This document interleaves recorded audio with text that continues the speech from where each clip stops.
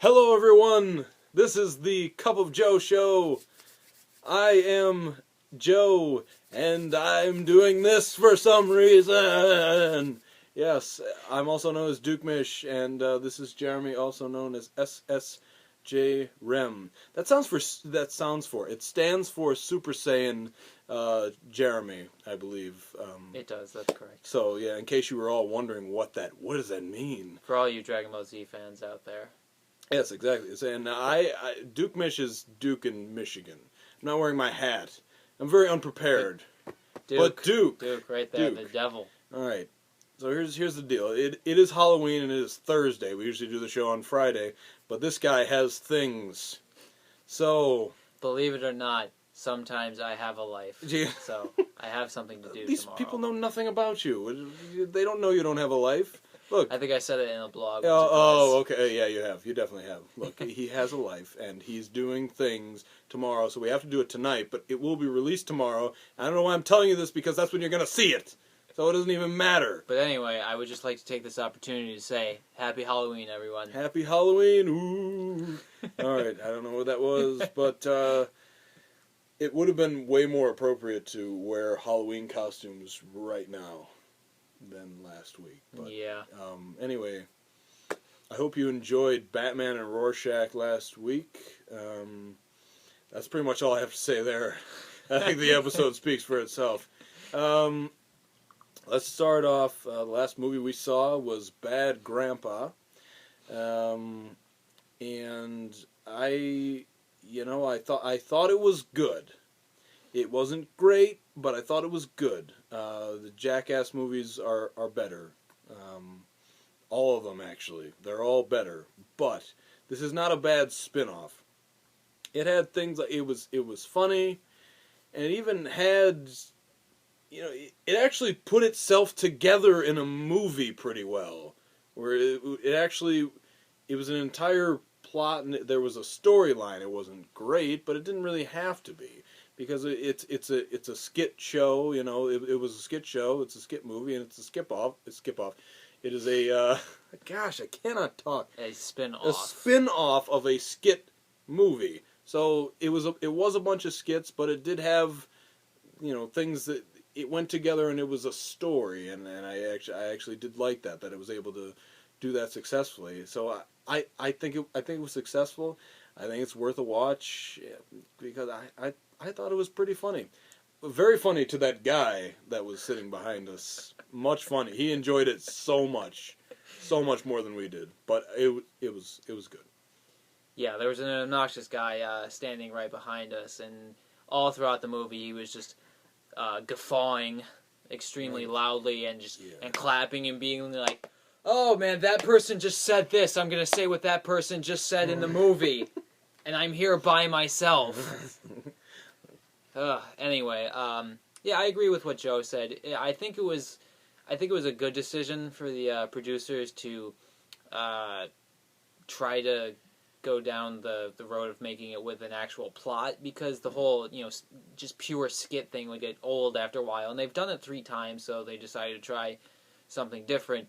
And the plot and characters were still more engrossing than Gravity. And that is a fact. That is definitely a fact. What was I going to say? Yeah, I think we should take this time to talk about movie theater etiquette. You go to the movies, all right, and I'm sure you've all been there. There's like 85% of the time there is somebody or a group of people that are obnoxious for some reason. To the left. And apparently they're always over here. And they just, I don't get it. Like people who say things like, things that are happening in the movie, like out loud, and be like, "Oh my God," and just like, "Oh," and screaming obnoxiously and laughing obnoxiously loud, obnoxiously long, and it takes you out of the movie.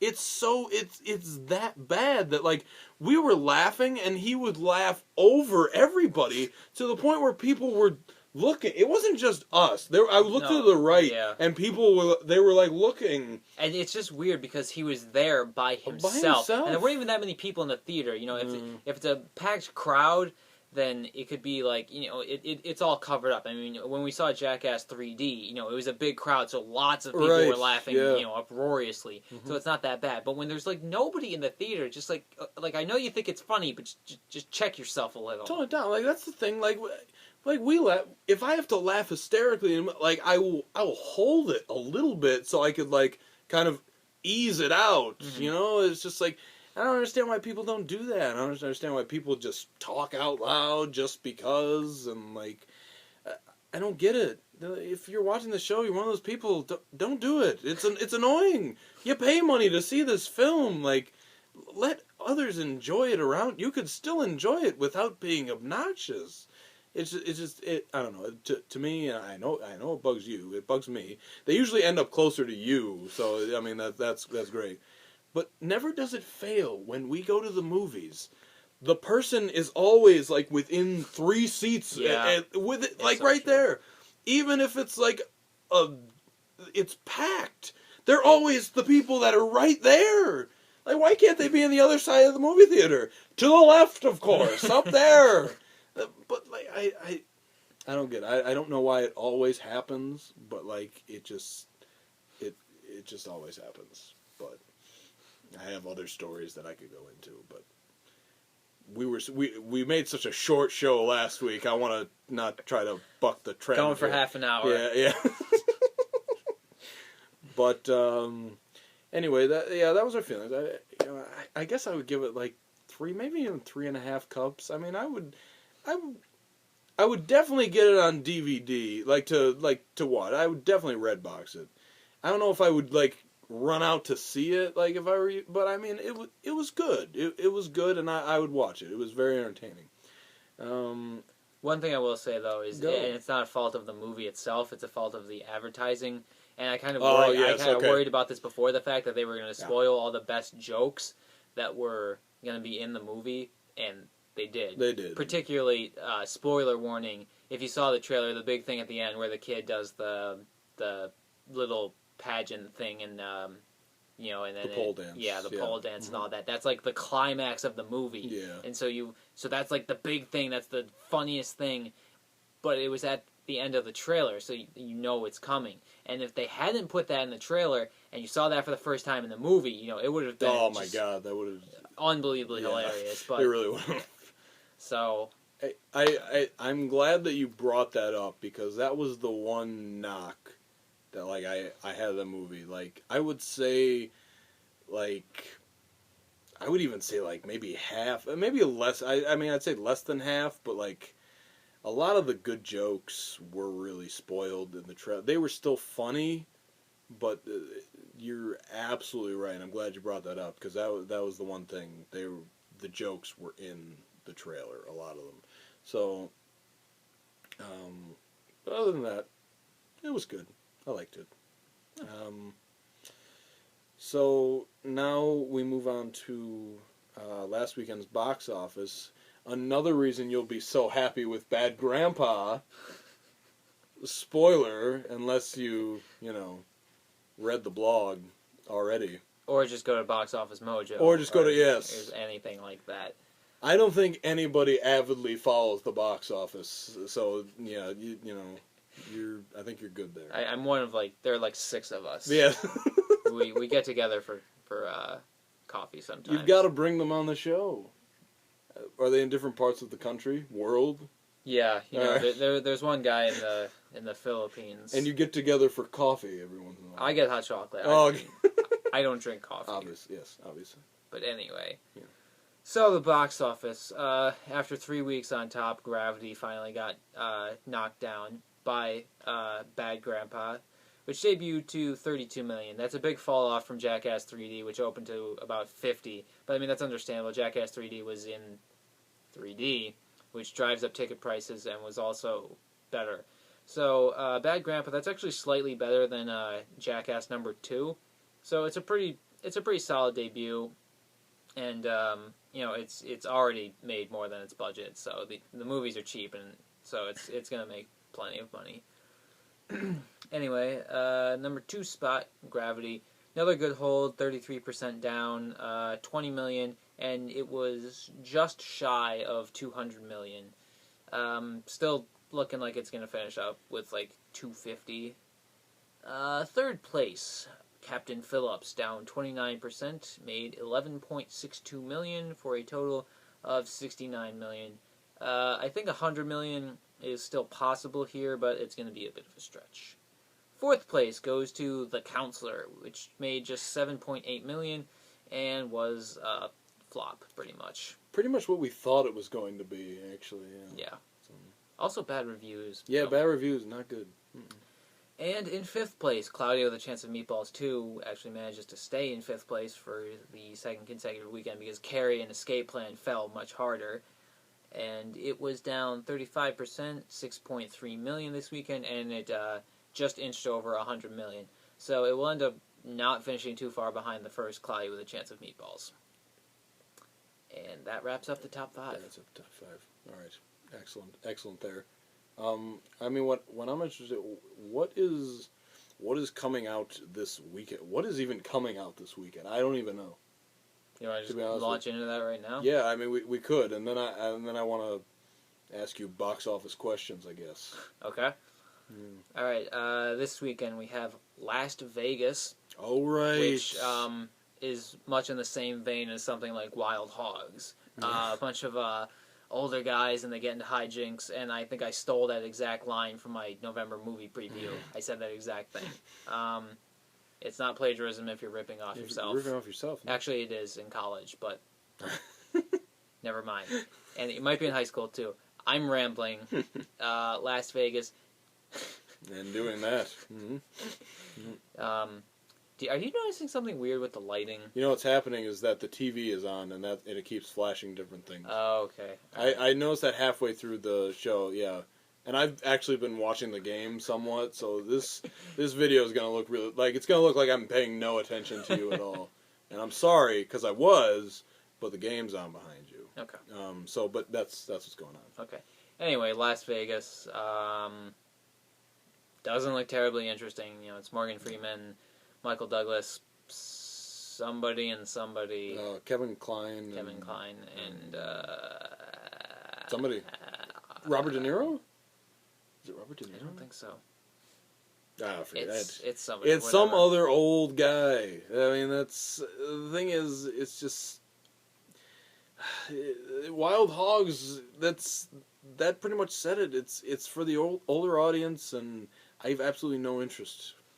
That's it. I gotta find out who this guy is. Yeah, go find out. All right. I like Morgan Freeman. Oh, it is Robert De Niro. Oh. You were right. Oh. Point Dukemish. Yeah. Could I pull that back? Could I pull that statement back? I think it's out. Yeah, I don't know. You earned it. You were right. Point. Wait, my finger didn't even... Point. There we go. Got it. All right. Now, so Las Vegas. Yeah. What is anything else noteworthy coming out? Well, this weekend. Oh yeah. We have Freebirds. Oh right. See, okay, it's okay. There are movies that are not to say popular, but notable. Yeah. But I just have no interest in them. Yeah. That's probably what's going on. No, I don't have any interest in Freebirds either. You know, occasionally you get the animated movies, like a lot of Pixar movies or the Despicable Me's that can appeal to audiences beyond kids, but Freebirds is very much a kiddie movie. Yeah. So, you know, they'll drag their parents out to see it. You know, it just became November. Well, it will in a half hour, but the movie will be released in November. But, so, you know, it's topical. It's about Thanksgiving and everything. So, you know, it's not a franchise, it's not Pixar, so it doesn't have those things going for it, but, you know, it's the first kid movie since Cloudy with a Chance of Meatballs 2, so I think it should do like 30 million, something like that. I could see, my thing about Freebirds, I'm going to try to keep this short, but okay. Number one, it doesn't look funny. Number two, it's about Thanksgiving, and you're talking about turkeys going back and stopping, you know, whoever started Thanksgiving. Well, I'm an idiot. Never mind. All right, so stopping the turkeys from getting into Thanksgiving. All right, so like kids are gonna watch this and then eat a Thanksgiving turkey in 3 weeks. Like, are they just gonna be like, no, I don't want to eat that? That legitimately bothers me. No, that they're making a movie. I'm glad that bothers you that. too, because I wrote about that in my November movie preview. Oh, really? I haven't read it yet. I'm sorry. No, yes. no, don't worry. I just posted it like yesterday. Read it. But anyway, yeah, the thing that's weird is like the movie has, you know, like sapient, intelligent turkeys. So it's like, that's kind of messed up if like the turkeys have been like intelligent and had civilizations all this time, yes. and we've been like hunting them down and killing them and eating them. But then the other thing that I raised, and I was getting all philosophical on it and I couldn't help myself, is why is the fact that it's more disturbing to kill something that's intelligent? Like, why do we care so much more about like dogs and dolphins and apes than we do about insects? You know, you'll squash an insect like nothing or something, and you'll see in fictional works with like aliens or robots or stuff, if something is like intelligent, that makes it like worth more.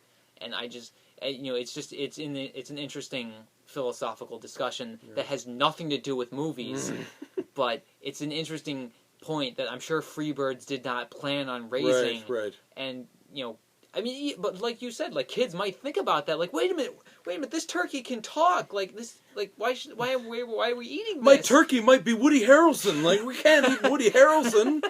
I agree with you, and I agree with you about that. It's kind of the same point that Quentin Tarantino makes in Inglourious Bastards about like the difference between rats and squirrels. You hate rats, but squirrels are adorable. Yeah, and without exactly. the fluffy tail, they basically look the same. Yeah, and rats are actually quite intelligent. There you go. So it's like, I agree with you about that. Definitely read the blog and read some of Jeremy's older philosophical stuff from the blog. I don't remember. Was it on the Ches? Yeah, it was on the Ches. I'll put a link in the description. There you go. To our old blog that we used to have. And if you're interested in that stuff, you could find it here at cupofjoe.com, and it'll lead you to another blog. But it's him. It's great stuff. We're laughing and stuff, but it really is. It's great stuff. So,